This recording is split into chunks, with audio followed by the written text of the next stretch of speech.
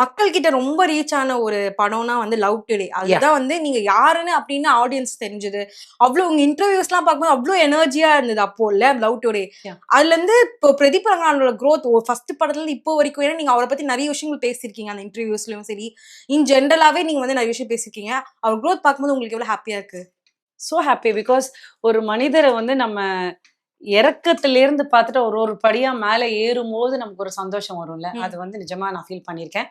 And அந்த விதத்துல அவர் ஏறும்பொழுது ஒரு படிக்கு வந்து என்னையும் எடுத்துட்டு போனார். அதுவும் எனக்கு ஹாப்பியா ஃபீல் பண்றேன். ஏன்னா நீங்க லவ் டுடே மட்டும் தான் நீங்க பாக்குறீங்க. எனக்கு லவ் டுடேக்கு முன்னாடி எனக்கு அவரோட படத்துல ரொம்ப பிரேக் கொடுத்த படம் வந்து கோமாளி. அந்த கோமாளியில ஒரு 30 செகண்ட் சீன்ஸ்க்கு எனக்கு எந்த பொய்யும் ஏமாற்றமும் எதுவுமே இல்லை. அவருன்னா நீங்க வர்றதே 30 நிமிஷம் தான் வரீங்க, 30 நிமிஷம் வந்தீங்கன்னா கிளாப் கிடைக்கும். இதுதான் அவர் எனக்கு சொன்னது.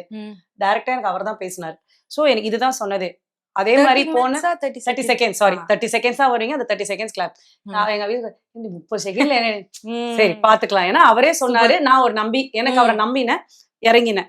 அதே மாதிரிதான் 30 செகண்ட் சீன் முடிஞ்ச உடனே மொத்த தியேட்டருமே கிளாப். அது முதல் ஷோல ரெண்டாவது ஷோல எத்தனை ஷோ போகும்போது அந்த கிளாப்பிங்ஸ் நான் பார்த்திருக்கேன். நிறைய பேர் கூஸ் பம்ப்ஸா இருந்ததுன்னு சொல்லியிருக்காங்க.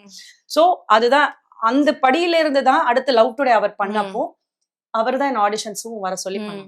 ஸோ வென் ஹி வாஸ் இந்த இனிஷியல் ஸ்டேஜ்ல அவரும் போறப்போ எனக்கும் ஒரு வாய்ப்பு கொடுத்தாங்க. அண்ட் லவ் டுடே நிஜமாவே எனக்கு ஒரு நல்ல பிரேக் கிடைச்சது. எல்லாரும் அந்த டைம்ல வந்து ராணி சித்தி அப்படின்னு சொன்னப்போ சந்தோஷமா இருந்தது. சூப்பர்.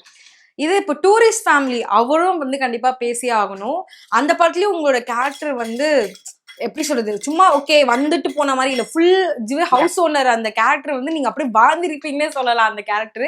சோ அந்த படத்தை பத்தி சொல்லுங்க. சரி, எனக்கு வந்து எப்பவுமே எனக்கு இந்த நியூ கமர்ஸ் இருக்காங்க இல்லையா, அவங்க வந்து எனக்கு ஒரு நல்ல வாய்ப்பு கொடுக்குறாங்க. எனக்கு அது செட்டும் ஆகுது. அண்ட் அந்த விதத்துல அபி வந்து is a very nice person. அபிஷன் வந்து is such a good human.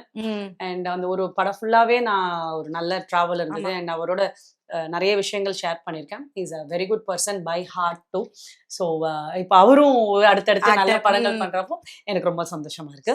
இவங்க எல்லாருமே மேல போறப்போ இன்னமும் எனக்கு எங்ககிட்ட கனெக்ட் இருக்கு. பேசினா ரிப்ளை பண்ணுவாங்க. எல்லாமே அந்த ஒரு இன்னமும் இருக்குன்ற போது I am so happy for that relationship. Super.